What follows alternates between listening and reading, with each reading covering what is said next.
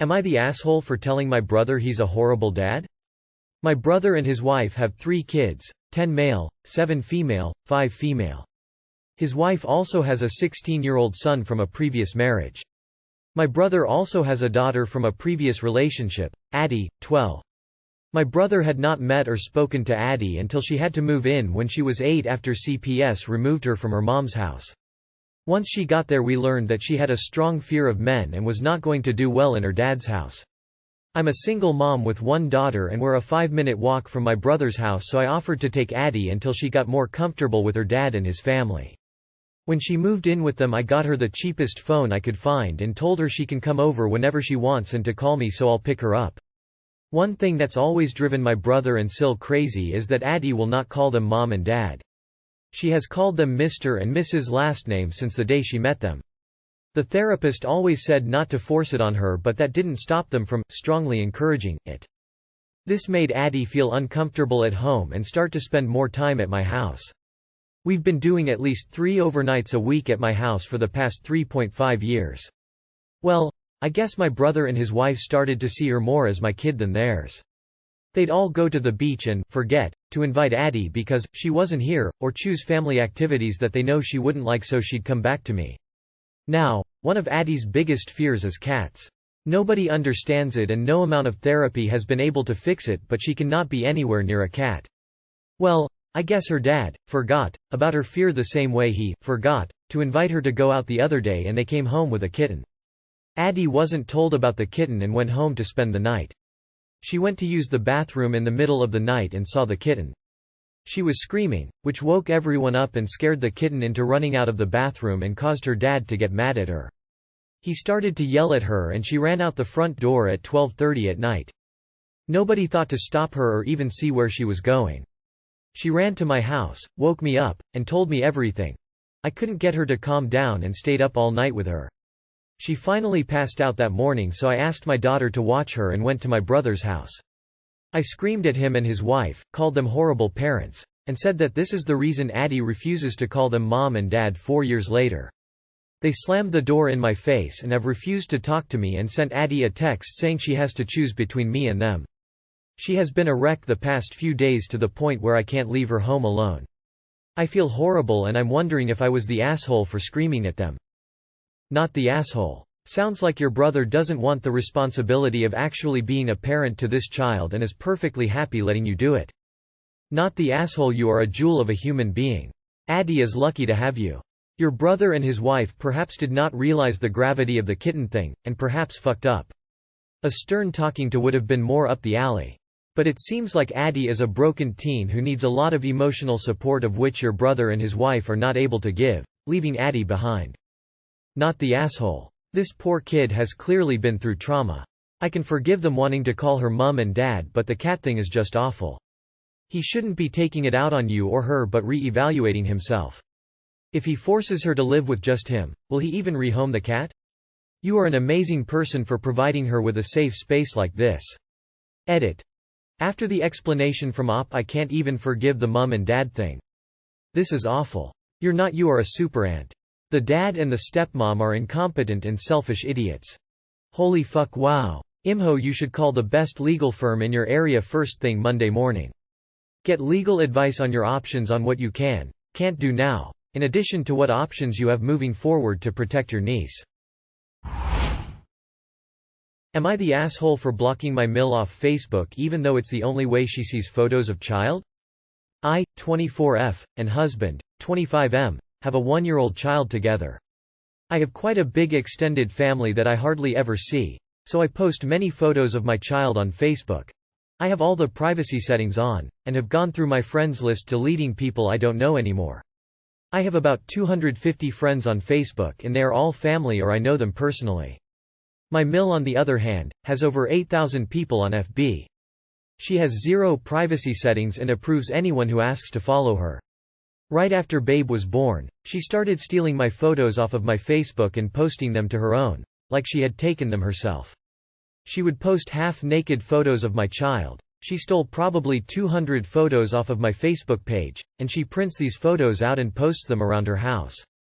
All of that doesn't really seem like a problem. Just a grandma loving her grandbaby, right? Wrong. I have younger family members with photos of my child on my Facebook. My family members, not hers. She has photos of my younger cousins holding babe around her house. She has photos of my mom holding babe around her house. She has tried to tag herself in my photos on Facebook so they show up on hers as well. I tried to talk to her, ask her not to take my photos off Facebook, and I would send her photos to post as her own if she would just ask. She said sorry, that she wouldn't do it again. So I let it go. 2 months ago, just before babe's first birthday, she posted an online album of my daughter. 125 photos in this album. 120 of them from my Facebook. My mother, my grandma, my aunts, and cousins. Minors whose parents have let me know they do not want their photos on her page, are all in this book for over 8,000 people to see. Also in this book, is my photos from having my child. Me, no pants, no clothes, looking very rough. I almost didn't make it. I had a hemorrhage. So those photos are very personal, yet she posts them for so many people to see. I don't post photos of my daughter without being clothed. I'm too nervous about the creeps of the internet. Buy my mill doesn't care. She had 5 naked photos of babe in that book. So, 2 months ago, the day the album was posted, I blocked her. My husband was on board and so was my SIL. But now I have few family members telling me that I'm the asshole because it's the only way she sees photos of babe. Not the asshole, but you should unblock her long enough to report every single photo. She would post half-naked photos of my child.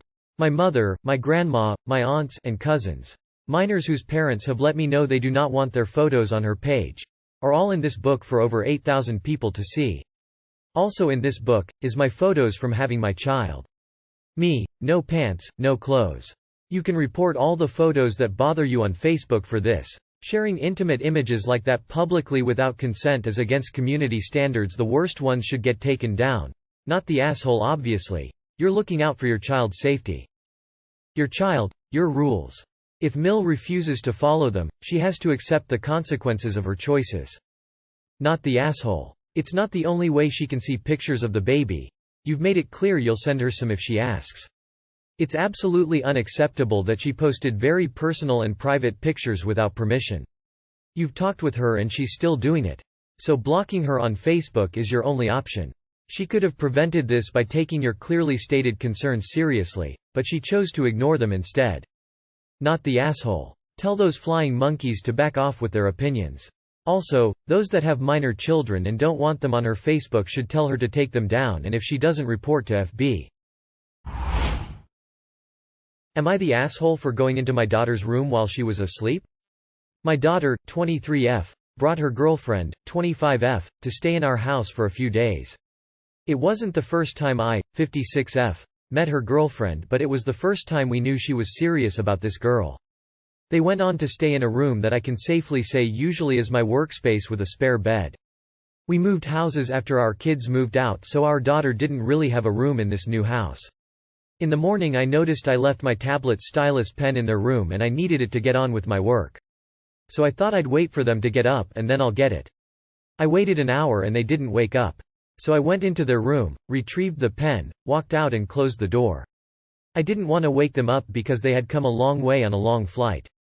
My daughter later confronted me about it, and said she was extremely uncomfortable by what had happened. She said it was inappropriate for me to go in.